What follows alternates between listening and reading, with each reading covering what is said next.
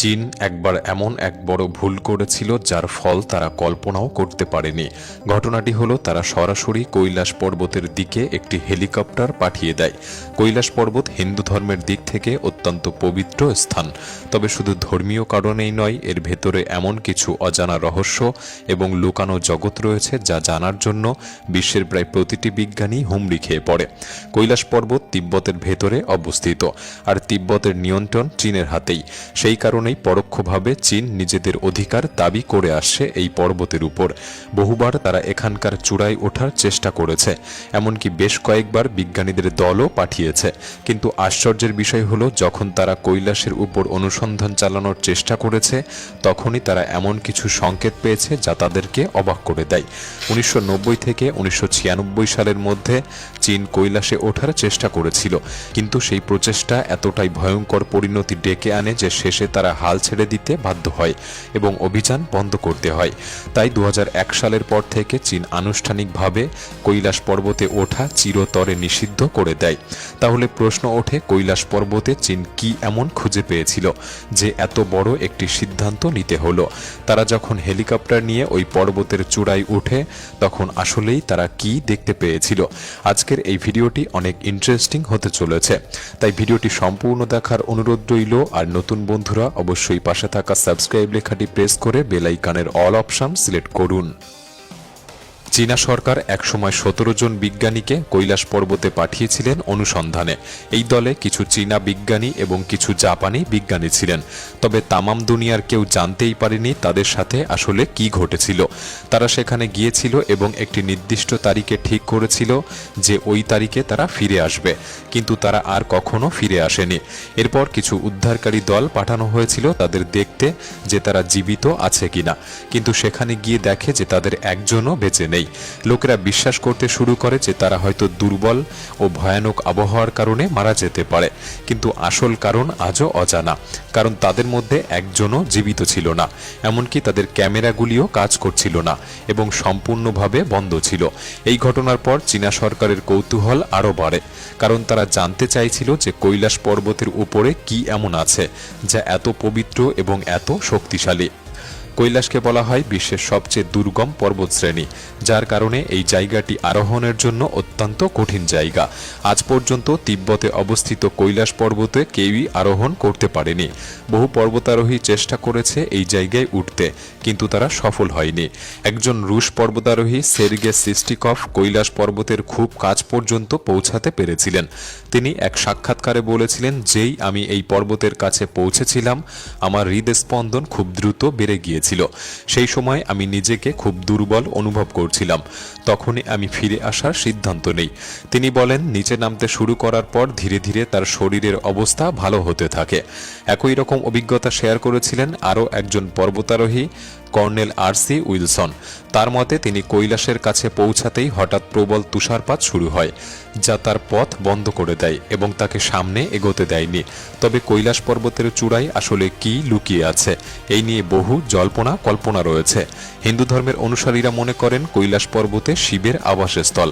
তারা বলেন শিব ও পার্বতী এই পর্বতে বাস করেন। তবে এই রহস্যময় পর্বতের নাম শুধু হিন্দু ধর্মের গ্রন্থেই নেই। জৈন ধর্মের অনুসারীরা বিশ্বাস করেন যে প্রথম তীর্থযাত্রী ছিলেন ঋষভনাথ, যিনি কৈলাস পর্বতে উপাদানের জ্ঞান লাভ করেছিলেন। বৌদ্ধ ধর্মের অনুসারীরা বিশ্বাস করেন যে গৌতম বুদ্ধ এই পর্বতের চূড়ায় অবস্থান করেছিলেন। তিব্বতের বন ধর্মের মানুষেরাও এই পর্বতকে সমগ্র বিশ্বের আধ্যাত্মিক কেন্দ্র বলে মনে করে। যে বন ধর্ম তিব্বতে বৌদ্ধ ধর্মের অনেক আগে থেকেই ছিল। বহু কাহিনীতে বলা হয়েছে যে কৈলাসের চূড়ায় শিবের গৃহ রয়েছে এবং এর সঙ্গে স্বর্গের পথসহ অনেক কিছুই সেখানে রয়েছে। আর এই কারণেই চীন খুব কৌতূহলী হয়ে ওঠে জানতে চায় যে এর উপরে আসলে কি আছে, এবং সেই জন্যই তারা ঠিক করে যে এবার তারা হেলিকপ্টার পাঠাবে। কৈলাস পর্বতের উপর দিয়ে সাধারণত হেলিকপ্টার বা বিমান ওড়ানো সম্পূর্ণভাবে নিষিদ্ধ, কারণ এখানে আবহাওয়া এতটাই খারাপ যে কোনো বিমান সেখানে টিকে থাকতে পারবে না। তবুও চীন সেখানে একটি হেলিকপ্টার পাঠিয়েছিল। চীনা মিডিয়ার প্রতিবেদনে বলা হয়, তারা যখন হেলিকপ্টার নিয়ে উড়ে যায়, শুরুতে কৈলাস পর্বতের মনোমুগ্ধকর দৃশ্য দেখতে পাচ্ছিল। তখন তাদের মনে হচ্ছিল এর চেয়ে সুন্দর ও শান্ত জায়গা পৃথিবীতে আর কোথাও নেই। ওই দলের একজন বিজ্ঞানী বলেন, যদি এই যাত্রা এইভাবেই চলতে থাকে তবে তাদের কোনো চিন্তা নেই। কিন্তু তারা জানত না এটি ছিল ঝড় আসার আগের শান্ত মুহূর্ত। যে দৃশ্য তারা উপভোগ করছিল তা মুহূর্তের মধ্যেই এক ভয়াবহ অভিজ্ঞতায় পরিণত হয়। একটু উঁচুতে পৌঁছাতেই কৈলাস অঞ্চলের পরিবেশ দ্রুত বদলাতে শুরু করে। নিচের দিকে তাকিয়ে তারা দেখতে পায় সর্বত্র তুষারধস নেমে আসছে, আর উপরে ঘন কালো মেঘ জমেছে যেন হেলিকপ্টারটিকে গিলে ফেলবে। কিছুক্ষণ পরেই তীব্র বজ্রপাত শুরু হয় এবং প্রবল তুষারপাত নামতে থাকে।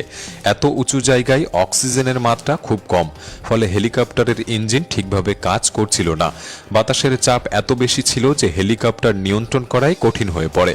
চীনা বিজ্ঞানীদের দাবি, কৈলাস পর্বতের উপরে সব দিক যেন একত্রিত হয়, ফলে তারা অসংখ্য দিক দেখতে পাচ্ছিল এবং কোনটা উত্তর কোনটা দক্ষিণ তা বোঝা অসম্ভব হয়ে পড়েছিল। তাদের সঙ্গে থাকা কম্পাসও সম্পূর্ণভাবে কাজ করা বন্ধ করে দেয়, তাই তারা বুঝতেই পারছিল না কোন দিকে যেতে হবে। শেষ পর্যন্ত তাদের জন্য একমাত্র পথ ছিল উপরের দিকে যাওয়া, কিন্তু যত উপরে উঠছিল পরিস্থিতি ততই খারাপ হচ্ছিল। হঠাৎ এমন এক মুহূর্ত আসে যখন হেলিকপ্টারের ভেতরে সতর্ক বার্তা বাজতে শুরু করে এবং ফুয়েল গেজও কাজ করা বন্ধ করে দেয়। হৃদস্পন্দন বাড়তে থাকে, ফিরে যাওয়ার কথা মনে আসে এবং আর কোনো উপায় না থাকায় মাঝপথেই হেলিকপ্টার থামাতে বাধ্য হয়। কৈলাস পর্বতে আরোহণ করা যেমন প্রায় অসম্ভব বলে ধরা হয়, তেমনি এই হেলিকপ্টারও শেষ পর্যন্ত সেখানে পৌঁছাতে পারেনি। এই দুর্ঘটনার পর চীন ভীষণ ভয় পেয়ে গিয়েছিল। তারা আশঙ্কা করেছিল যদি ঘটনাটি বিশ্বের সামনে আসে তবে তাদের মর্যাদা ক্ষুণ্ণ হবে। সেই থেকেই চীন কৈলাস পর্বতের দিকে এমনভাবে মুখ ফিরিয়ে নেয় যে নাম শুনলেই যেন আতঙ্কে কেঁপে ওঠে। এরপর তারা আর কখনো নিজেরা মাউন্ট কৈলাস ওঠার চেষ্টা করেনি, বরং পর্বতে ওঠাই নিষিদ্ধ ঘোষণা করে। তবে শেষবার আরও একবার এই মিশনের পরিকল্পনা করে তারা। এবার বিশ্বের সেরা 4 জন পর্বতারোহীকে ডেকে আনে এই মিশনে সামিল করার জন্য। যে করেই হোক কৈলাসের চূড়ায় পৌঁছাতে হবে। ধারণা ছিল চূড়ার একটু নিচে একটা ঝর্ণা আছে, অন্তত সেখানে পৌঁছালেই মিশন সফল ধরা হবে। 4 জন অভিযাত্রী একসময় এই যাত্রা শুরু করে, কিন্তু এক সপ্তাহ বাদে তাদের আর কোনো খোঁজ পাওয়া যায়নি। পরে উদ্ধারকারী দল পাঠানো হয় এবং 4 জনকে জীবিত অবস্থায় পাওয়া যায়, কিন্তু তাদের অবস্থা ছিল শোচনীয়। চোখ বসে গেছে, নখ চুল অস্বাভাবিকভাবে লম্বা হয়ে গিয়েছে, চুল একেবারে সাদা, মুখে গভীর বলিরেখা, ঠান্ডায় তারা কাঁপছে, শরীর ভীষণ দুর্বল। বাইরের পৃথিবীর হিসাবে মাত্র 8 দিন তারা ওখানে ছিল, কিন্তু তাদের কাছে মনে হচ্ছিল যেন 25 বছর পার হয়ে গিয়েছে।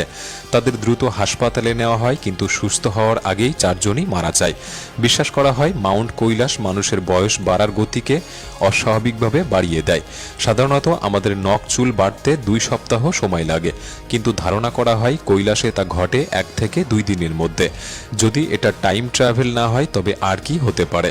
বিজ্ঞানীরা আজও এর কোনো সুনির্দিষ্ট প্রমাণ পায়নি, তাই আজও এগুলিকে কিংবদন্তি বা আধ্যাত্মিক গল্পের অংশ হিসাবেই ধরা হয়। হিন্দু ধর্মের লোকমুখে প্রচলিত এটাই শিবের ঢাল হিসাবে কাজ করে, যাতে কেউ চূড়ায় পৌঁছাতে না পারে, কারণ কৈলাসের শীর্ষে পৌঁছাতে গেলে অনেক সময় লাগবে, আর সেই সঙ্গে এমন দুর্বলতা দেখা দেবে যে মানুষ মাঝপথেই মারা যেতে পারে।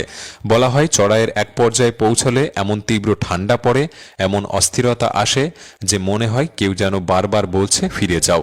অনেক অভিযাত্রী দাবি করেছেন এখানে কোনো অতিপ্রাকৃত শক্তির প্রভাব রয়েছে, আর যদি তাই না হয় তাহলে প্রশ্ন আসে আজ পর্যন্ত কেউ কেন কৈলাসের চূড়ায় উঠতে পারেনি। ইতিহাসে মাত্র একজনের নাম পাওয়া যায় যার নাম ছিল মিলারিপা, এক বৌদ্ধ ভিক্ষু যিনি 1128 সালে কৈলাসের শীর্ষে পৌঁছেছিলেন বলে বিশ্বাস করা হয়। মানব ইতিহাসে একমাত্র তিনিই নাকি তা করতে পেরেছিলেন, কিন্তু নেমে আসার পর তিনি কারো সঙ্গে কোনো কথা বলেননি, ফলে উপরে কি আছে তা আজও রহস্য। লোকেরা বলে মিলারিপা নিজেই ছিলেন একজন রহস্যময় মানুষ, তবে কৈলাস থেকে ফিরে আসার পর তার মধ্যে বিশাল পরিবর্তন দেখা দিয়েছিল। তার চোখের চাহনিতে যেন বিশ্বের সমস্ত সত্য জেনে ফেলার এক গভীর প্রশান্তি ছিল। স্বাস্থ্যের দিক থেকেও আগের চেয়ে অনেক ভালো হয়ে যায় তিনি। তবুও মাত্র 7 বছর পর 1135 সালে তিনি দেহ ত্যাগ করেন। কৈলাস পর্বতকে শুধু হিমালয়ের কেন্দ্র নয়, অনেকেই এটিকে পৃথিবীর নাভি বলে থাকেন, যেখানে আকাশ ও পৃথিবীর মিলন ঘটে এবং চারদিক যেন এক বিন্দুতে এসে মিশে যায়। হিন্দু, বৌদ্ধ, জৈন এবং বন ধর্মে এই পর্বতের বিশেষ স্থান রয়েছে। রাশিয়ান বিজ্ঞানী আর্ন মুলধাসেবের মতে কৈলাসের চূড়ায় এক রহস্যময় শক্তি রয়েছে যা মানুষের বোধের বাইরে। তার দাবি যদি কেউ এখানে 1 মাস অবস্থান করে তবে তার তার জীবনের প্রায় 25 বছর কমে যেতে পারে। শোনা যায় রাতে কৈলাস থেকে এক ধরনের গভীর ওম ধ্বনি বেরিয়ে আসে। কখনো কখনো এর ভেতরে ধাক্কা দেওয়ার মতো শব্দ পাওয়া যায় বা পাথর গড়িয়ে পড়ার আওয়াজ শোনা যায়, যেন ভেতরে কেউ আছে। তিব্বতের প্রাচীন ধর্মগ্রন্থে এমনও উল্লেখ আছে যে কৈলাসে নাকি স্বর্গ যাওয়ার এক গোপন পথ আছে, যা সম্বলা নামে পরিচিত। অনেকেই বিশ্বাস করেন দেবদেবীদের জন্ম নাকি এখান থেকেই হয় এবং ভবিষ্যতের অবতারও নাকি এখান থেকেই জন্ম নেবে। যদিও এই রহস্য ও কিংবদন্তি অনেক কিছুই এখনো বৈজ্ঞানিকভাবে প্রমাণিত নয়, তবুও কৈলাসের প্রতি মানুষের কৌতূহল এবং ভক্তি যুগ যুগ ধরেই অটুট রয়েছে। তাহলে বলুন তো, আপনার কি মনে হয় কৈলাস পর্বতের ভেতরে সত্যি কোনো গোপন রহস্য লুকিয়ে আছে, নাকি এইসব শুধু মানুষের কল্পনা মাত্র? আপনার মতামত আমাদের কমেন্ট বক্সে লিখে জানাতে পারেন। ভিডিওটি ভালো লাগলে একটি লাইক করতে পারেন, চ্যানেলটি সাবস্ক্রাইব করে রাখতে পারেন।